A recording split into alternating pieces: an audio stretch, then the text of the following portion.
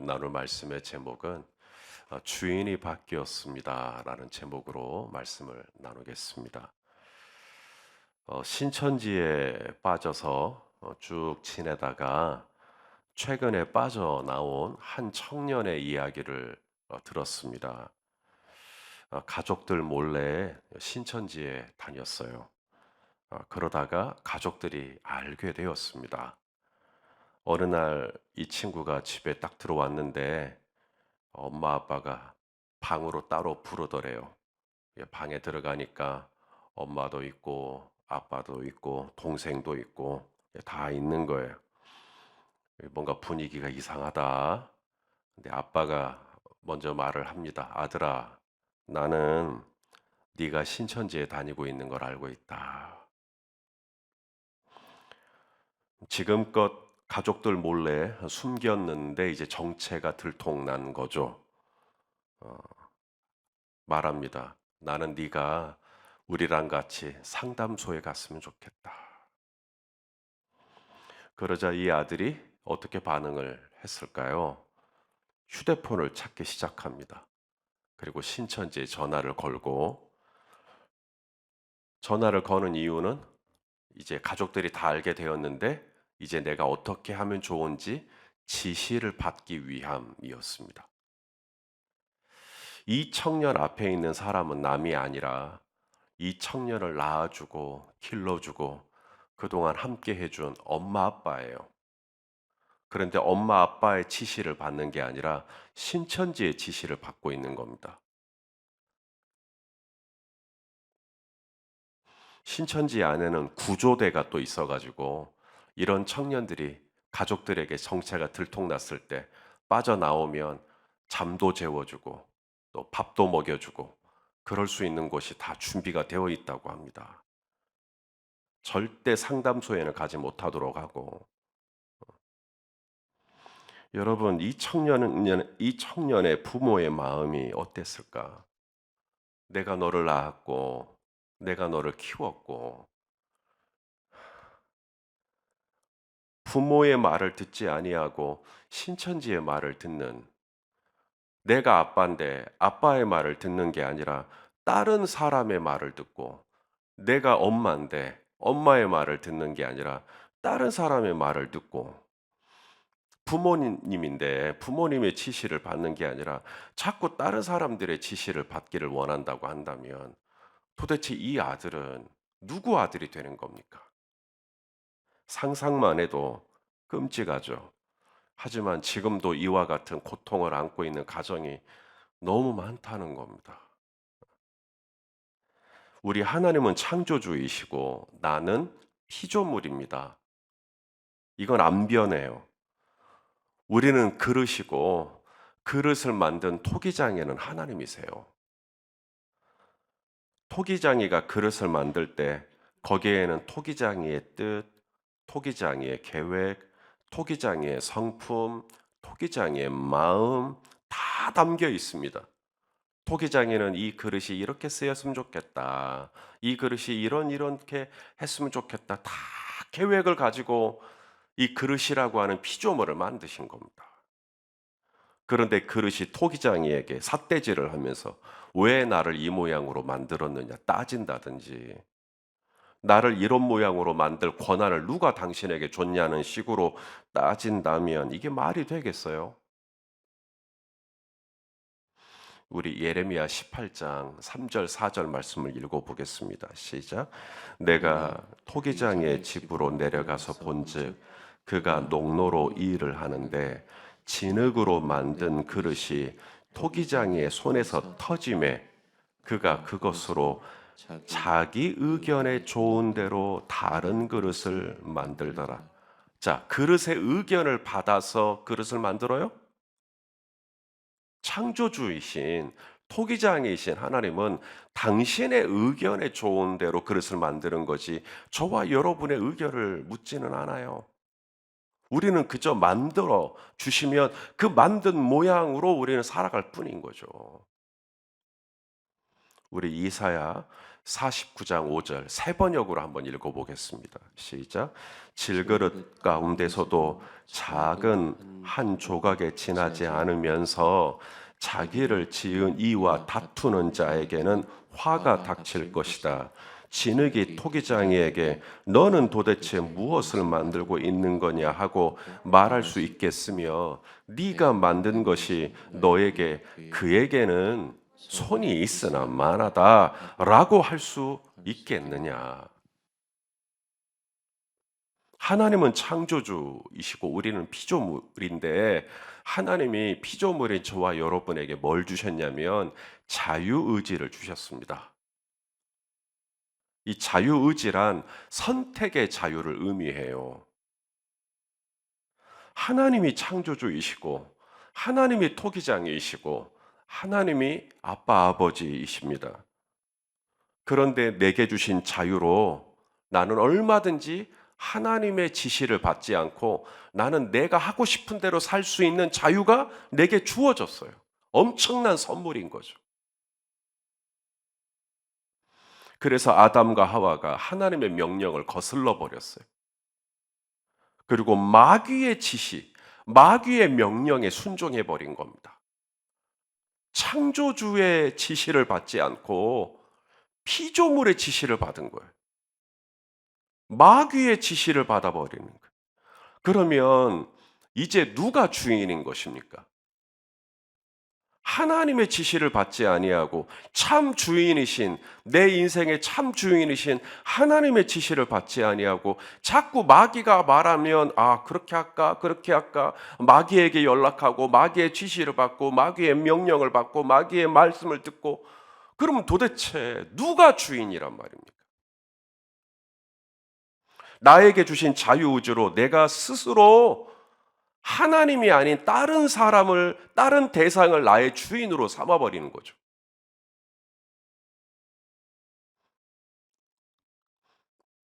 그렇게 신천지가 주인으로 있을 때 이 청년에게 남아있는 것은 이제 비극밖에 없습니다.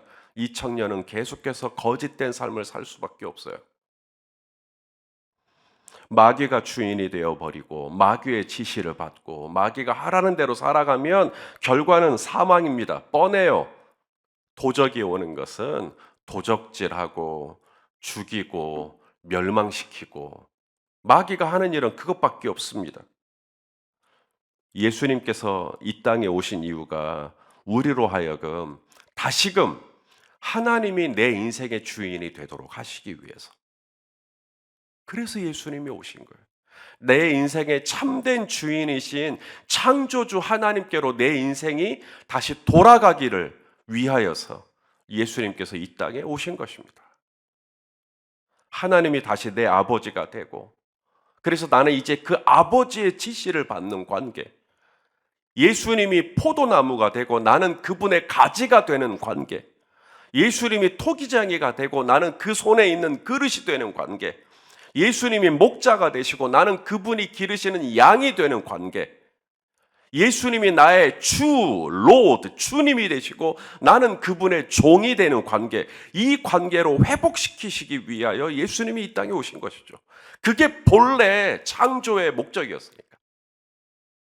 그렇게 살도록, 그렇게 사는 것이 가장 행복하니까, 그게 원본이니까, 그렇게 사는 것이 우리의 참된 의미인데, 우리가 신천지에게 속듯이 마귀에게 속아가지고 자꾸 하나님이 아닌 다른 지시를 받는단 말이죠.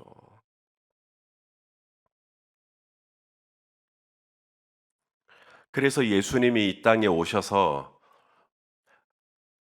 주인 노릇을 하는 죄에게 우리 이선주 권사님 내놓으라고, 죄에게 우리 하혜성 집사님 내놓으라고, 죄에게 우리 김미정 집사님 내놓으라고. 그러면 죄가 큰 소리 쳐요. 못 내놓는다고. 이선주 권사는 나한테 빚이 있다고. 이선주 권사님이 언제 죄에게 빚을 져요? 죄를 지을 때마다 죄에게 빚을 지는 겁니다. 죄의 지시를 따르고 죄의 명령을 따를 때마다 죄에게 계속 카운트가 돼요.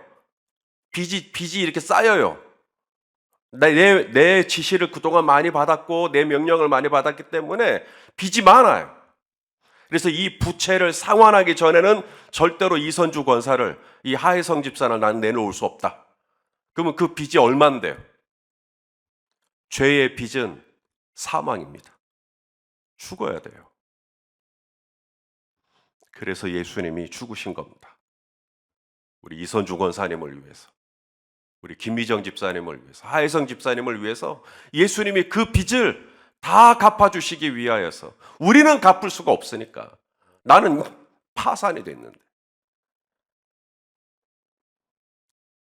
그러므로 하나님의 아들이신 예수님이 인간의 몸을 입고 이 땅에 오셔서 나를 위하여 그 모진 십자가의 고통을 다 감당하시고 죄에 대한 값을 다 갚으시기 위하여 마침내 숨통이 끊어지셨던 것을 정말로 내가 믿는다면, 그것이 정말 나를 위한 사건으로 내가 믿는다면, 이제 우리는 어떻게 살아야 하는가 너무나 자명해요. 이제는 본래 주인에게로 돌아가야 됩니다. 이제는 애굽에서 나왔으면 더 이상 바로의 지시를 따르는 게 아니라 이제는 하나님의 말씀의 지시를 받아야 되는 거예요. 이게 우리가 살 길입니다. 그런데 아직도 죄는, 우리가 이렇게 길을 가다가 죄를 마주하잖아요. 그러면 죄는 아직도 자기가 주인 행세를 해요. 죄가 큰 소리 쳐요. 야, 김미장! 그러면 김미집 쌤이 움츠려 들어요. 아직도. 왜냐하면 트라우마가 있으니까. 그리고는 죄가 막 명령해요. 예전처럼. 너 이렇게 저렇게. 그러면 막 진짜로 그렇게 해야 될 것 같은 거예요. 왜냐하면 옛 습성이 남아 있으니까.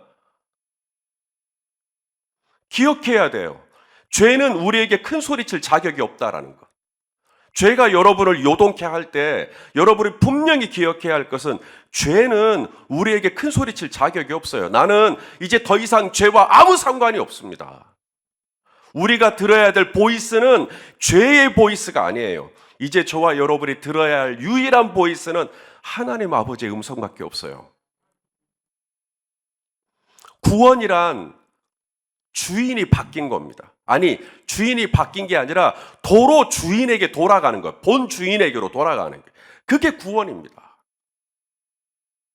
이제는 나의 주인은 하나님이세요.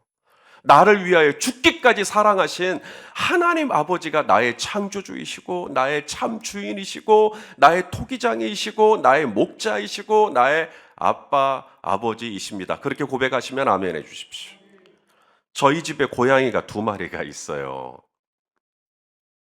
오늘도 새벽에 교회 나오려고 하니까 한 마리가 깨가지고는 야옹 야옹 하면서 제 발밑을 쓱쓱 문대어 가요. 여러분, 저희 집에만 고양이가 있는 게 아니죠. 여기 바깥에 가면 길고양이들 여러분 보신 적 있으세요? 고양이 본 적이 없어요? 길고양이들이 있어요. 이 길에서 지 멋대로 살던 고양이.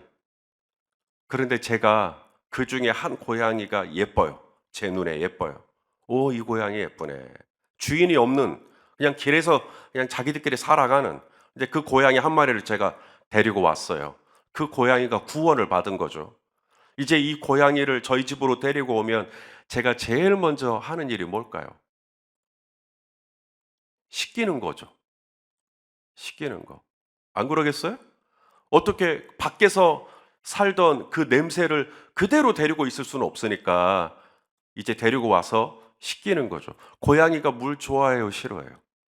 엄청 싫어합니다. 난리가 납니다. 그래도 소용이 없어요. 고양이가 이기겠어요? 제가 이기겠어요?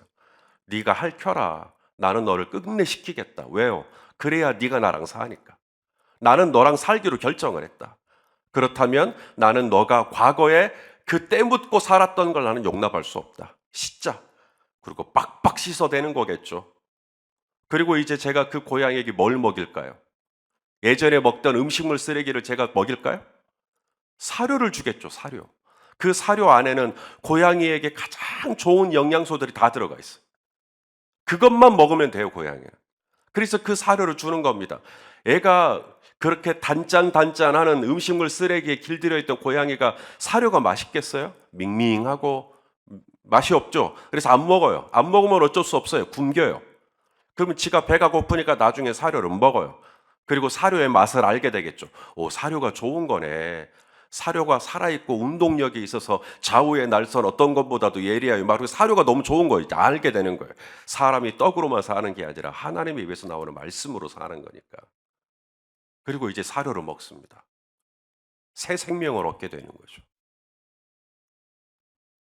고양이는 똥을 싸면 자기 스스로 모래에 파묻는 습관이 있어요. DNA에 장착되어 있습니다. 그래서 저희 집에 고양이가 2마리가 있지만 한 번도 실수한 적이 없어요. 어디 이상한 데다가 쉬를 한다든지 똥을 싼다든지 항상 모래에다가만 합니다. 그리고는 자기들이 묻어요. 근데 묻다 보니까 똥에 가끔 발이 묻을 때가 있어요. 묻는 과정에서. 지는 몰라요. 그런데 저희 주인의 입장에서 아는 거죠. 이제 묻었네. 똥 묻었네. 그럼 어떻게 하겠어요? 옛날 과거에 밖에서 살 때는 지 몸에 똥이 묻었든 뭐 오물이 묻었든 상관 안 하죠. 하지만 이제 우리 집에서 나랑 같이 살아가야 되는 건데, 하나님 나라에서 살아가야 되는 건데, 이제는 똥 묻은 걸 볼 수가 없어요. 바로 물티슈로 가지고 와서 깨끗하게 닦아줘야죠. 저의 선택을 받고 저와 함께 살게 된 고양이는 이제 새로운 주인과 함께 살아야 돼요. 새로운 인생을 살아야 돼요. 이 모든 것이 고양이가 점점 깨끗해지고, 고양이가 점점 건강해지고, 고양이가 점점 살이 차오르고, 그게 다 고양이 의지죠. 고양이가 잘나서 그런 거죠. 주인을 잘 만난 거잖아요. 그게 고양이의 구원이에요. 우리도 마찬가지입니다. 우리는 구원을 받았어요. 그런데 아직도 우리 안에는 길고양이 습성이 남아있어요. 아직도 죄의 습성이 남아있어요. 그래서 죄가 우리에게 다 뭐라 해요. 그러면 귀가 쫑긋하는, 옛날에 자주 들었던 음성이었으니까. 그리고는 또 순간 흔들려요. 그럴 때 기억해야 돼요. 내가 들어야 될 주인의 음성은 바뀌었어요. 이제는 나는 더 이상 과거의 바로의 음성에 나는 더 이상 순종하지 않아요. 이제 저와 여러분의 주인은 나를 구원하시고 나를 사랑하사 나를 위하여 자기 몸을 버리시기까지 하신 예수 그리스도. 우리는 이제 그분의 음성에만 반응하고 그분의 음성에만 순종하고 이제는 그렇게 살아야 된다는 겁니다. 우리 오늘 본문 로마서 6장 23절 말씀 한번 읽어볼까요? 오늘 본문 시작. 죄의 삭은 사망이요 하나님의 은사는 그리스도 예수 우리 주 안에 있는 영생이니라. 이것을 공동 번역에서는 이렇게 번역했어요. 죄의 대가는 죽음이지만 하나님께서 거저 주시는 선물은 우리 주 그리스도 예수와 함께 사는 영원한 생명입니다. 하나님이 우리에게 주신 선물, 이제는 우리 주 예수와 함께 사는 게 선물이에요. 바깥에서 길고양이로 살다가 이제는 저 같은 주인을 만난 게 저희 집 고양이들에게는 선물이죠, 선물. 말할 수 없는 은사죠. 하나님이 우리를 깨끗하게 해주시고, 하나님이 우리를 의롭게 하시고, 하나님이 우리를 정결케 하시고, 하나님이 우리를 점점 거룩하게 하시고, 누가 나를 이렇게 보살펴줘요? 오늘 하루도 내 인생의 참 주인이시고 내 삶의 참된 주관자이시며 참된 그리스도시요 참된 왕이신 하나님만을, 한 분만을 범사에 인정하고 하나님과 함께 살아가는 영생의 기쁨이 가득한 하루가 되시기를 예수님의 이름으로 축원합니다. 기도하시겠습니다. 존귀하신 하나님, 나 같은 죄인을 구별하여 주시고 나 같은 죄인을 하나님의 자녀 삼아 주셨으니 감사합니다. 이제 내가 옛날에 살던 방식으로, 애굽에서 살던 방식으로 살지 않게 하시고 이제는 나의 참된 주인이신 오직 주님의 지시를 받고 주님의 명령을 받고 주님의 말씀에만 청종하는 우리가 되게 하여 주시옵소서. 예수님의 이름으로 기도하옵나이다. 아멘.